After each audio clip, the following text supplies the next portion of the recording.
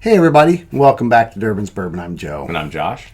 Today we're having some cocktails, the Hallie Kalani. I just put a video out on how to make this cocktail. It is delicious. Very sweet. It is. Cheers. Cheers, buddy. Cheers, everybody. Today's video is really, as we're filming this, it is September. It is Bourbon Heritage Month in Kentucky. So by the time you see this, it's probably going to be October. Right. So what we decided to do, there's a few out there that are doing it right now. How do you plan a trip to Kentucky?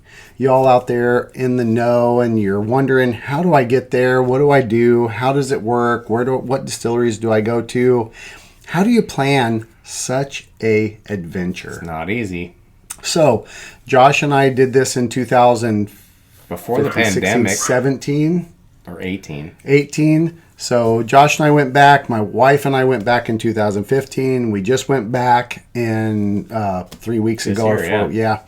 But anyway, you have to worry about airfare. So do you fly into Louisville, Kentucky? Do you fly into Greater Cincinnati Airport, which is that where we flew into? We flew into Dayton, which is in southern Ohio. It can be a little cheaper flying into a smaller airport like Dayton, Ohio. And Dayton, bear in mind, is in the Ohio side, but it's southern Ohio.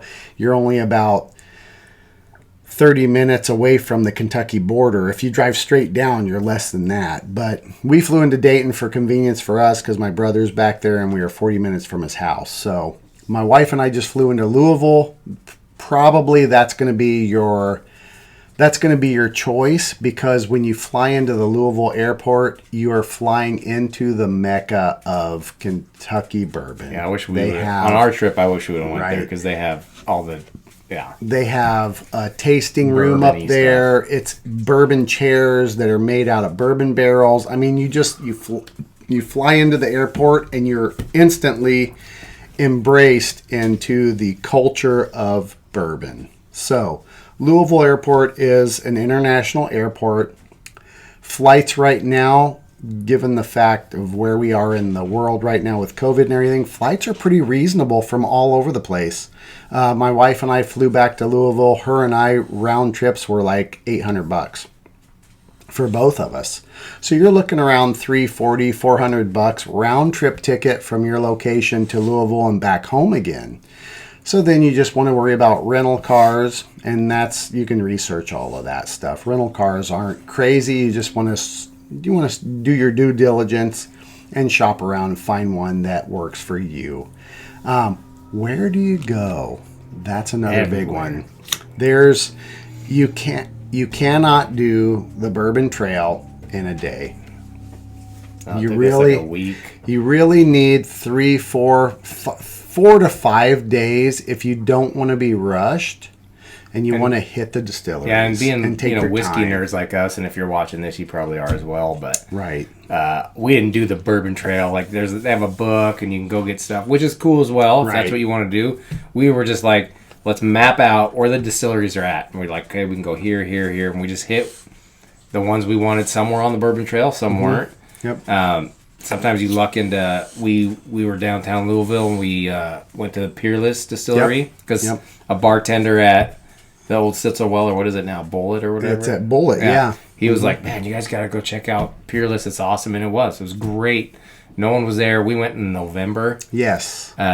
Which that's another I would story. recommend, unless you like big crowds of people and stuff and it's fun for you, fine. But I like getting in there. I mean, I don't know how many tours we had where it was just me and him, or me and him and a couple and another guy. And I mean, you can really get, your tour guides, just you and them. And then, it makes it so much more instead of a personable. Big, huge group. Right. Yeah. So you felt part of if you haven't been there, every distillery you go to, it feels like a family. Everyone that works there, I'm sure there's some show to it, but it really feels that they are happy to be there. They're happy to share want to work. They're happy to share what they can share with you. I was actually surprised at how every single one, didn't matter which one, it felt like a family atmosphere. Yeah, that's true. Which is, even the gigantic ones, like, the wild turkeys, Wild Turkey. Yeah, they just had that feel to it. And then the little smaller ones were awesome too. Were even more personable. So that like Josh was touching on, we didn't really hit what month should you go. Right. Should you go September? We're currently filming this show in September. It is September 29th. The Bourbon Heritage Month is going on. The Bourbon Festival out of Bardstown is over by now.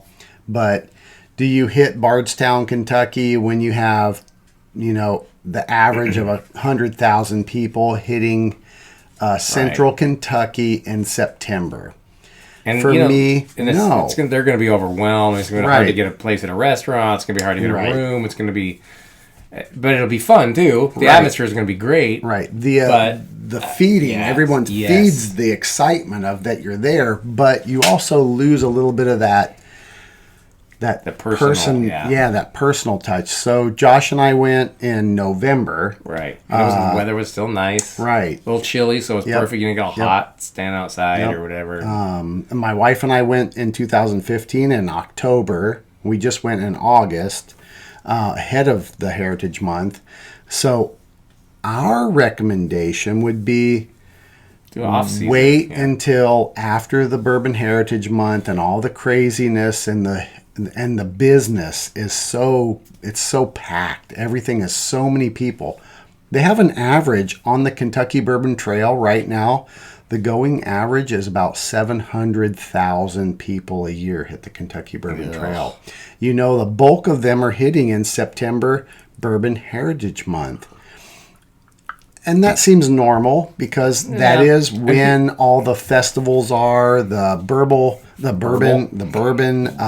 barrel rolling competitions are there. All the fun stuff. I mean, it'd be fun. Absolutely. But it's going to be crowded. So if you're whiskey dorks like us and you just kind of want that real experience, just from our experience when we went in that November, it was incredible. It blew my mind how kind and nice everybody was.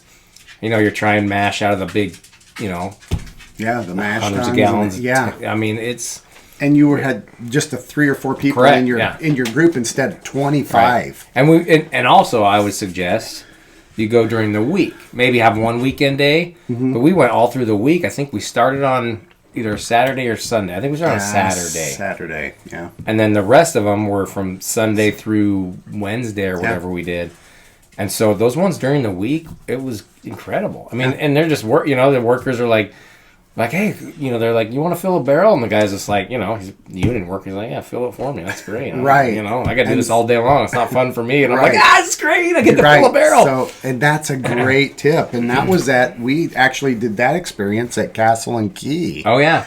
That's right. And that's Castle and Key is another distillery that's not far from Woodford Reserve in Woodford County.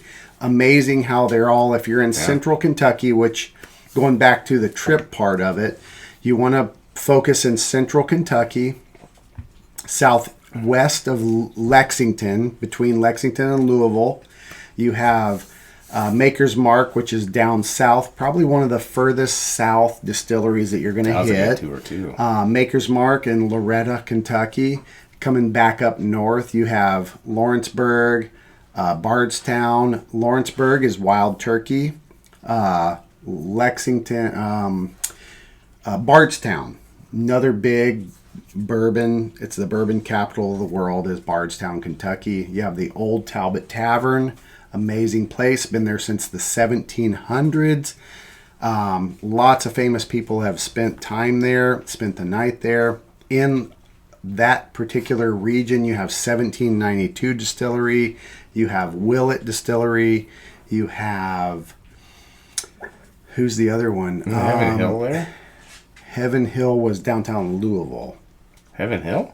No, that was the satellite. You're right. Yep, you're right. Heaven Hill Evan Williams is downtown Louisville. Correct. Yeah. You're right. So you have there's a bunch. There's a bunch in that region, and you can relatively you can hit them pretty quickly from one to the other. So I would suggest when you do map out your tour, though, don't try to hit 3 or 4 in a day. I would say maybe 3 in a day if you start early. But give yourself time because you want to linger in those places. Right. And if it's not crowded, they'll let you just walk around and in the rick houses. And I would say don't rush it if you can. If you can afford to stay, a good 7 days. Like, oh man, that would have been. Yeah. If we had 2 more days, we could have hit the places we missed. Yeah, we missed a bunch. Because we missed down in Louisville. We missed one of our favorites, Old Forester. I don't even know. We blew past it, and we were just trying to jump from one to the other. Yeah, we had to get out of there. And that's when we went to Peerless and Evan Williams. Which the Evan Williams experience down there was awesome. Right. And you can buy whiskeys at the distilleries that you can't buy nationwide because they're central to that location only. And that's some of the perks. Another thing that's really important, make sure you have if you're flying, make sure you have the proper bottle protectors. Yeah, that's you can true. buy those from Amazon. Josh and I both bought them. You get a pack of like 10 with a little pump blower upper. Yeah, it's just a little, and it's a wine protector. It's a little cushion around your Put your bottle. Pump we it brought up. back 6 or 7 each in our luggage. Something like and that. Not Whatever one broke.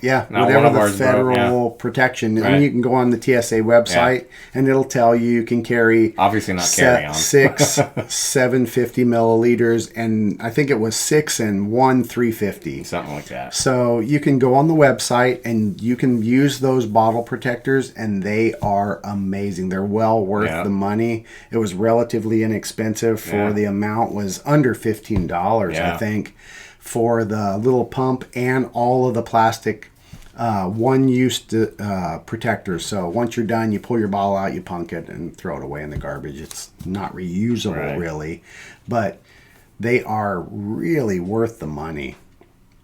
And that way, if you find some neat bottles that you want to bring back, you can. However, Kentucky is not a liquor control state like a lot of other states are, so it's a free market. So, for instance, you can buy Buffalo Trace or you can buy Blanton's single barrel bourbon.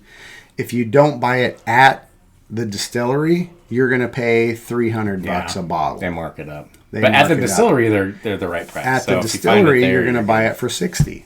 Right. Another thing in Buffalo Trace, every day they put out a certain whiskey, like it might be Eagle Rare that day, and you can buy 1 bottle, right? Mm-hmm. Yep. Or Bland. I don't know if they put Bland's out. They do. So yep. Whatever, any of their products, E.H. Taylor, that day is that whiskey. So it's kind of cool if you happen on that day where it's something you can't find, it'd be a good find. Yep. And you walk in back in the back of the distillery. They've done some remodels. My wife and I, it was quite different when we were there 4 weeks ago from when Josh and I was there. They're constantly revamping and changing up how they do business and how the flow of how the gift store is. But it's the old COVID. Yeah. Towns wise, a lot of neat little towns to visit. Kentucky, Central Kentucky is amazing. Southeastern Kentucky, not a lot of distilleries down that way. So if you're on the Bourbon Trail and you're wanting to visit, it's Central Kentucky, and you can get a map too, right? Or no, just it's mostly central for the most part. There's a couple distilleries down by Bowling Green, which is Western Kentucky. There's a couple distilleries, and they're popping up throughout the state. But if you really want to hit like Woodford Reserve, Maker's Mark, Lawrenceburg, Wild Turkey, Buffalo Trace, 1792, Frankfurt. Yep, Frankfurt. Yep, you're gonna hit Central Kentucky. Airfare right now is reasonable. You can stay. My suggestion would be pick a central hotel somewhere in the region and stay there. Make that your home base, because from there you can cruise out, hit them for a day, come back, and you got a place to just chill and kind of figure out where you're at. Josh and or stay. You're doing this kind of area. Stay there for the few days. Hit all the ones that are close enough, right? And then go like Louisville area, and then do all of those Because we were kind of all over the map. Right. And my wife and I know. did it right when we just were back there 4 weeks ago.